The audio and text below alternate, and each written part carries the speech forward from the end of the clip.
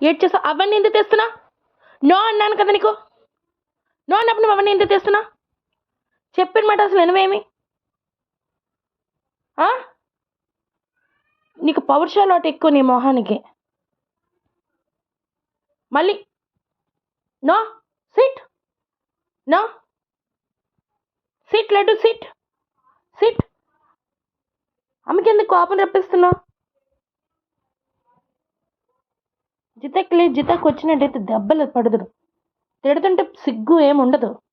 మొహానికి పౌరుషం అంటే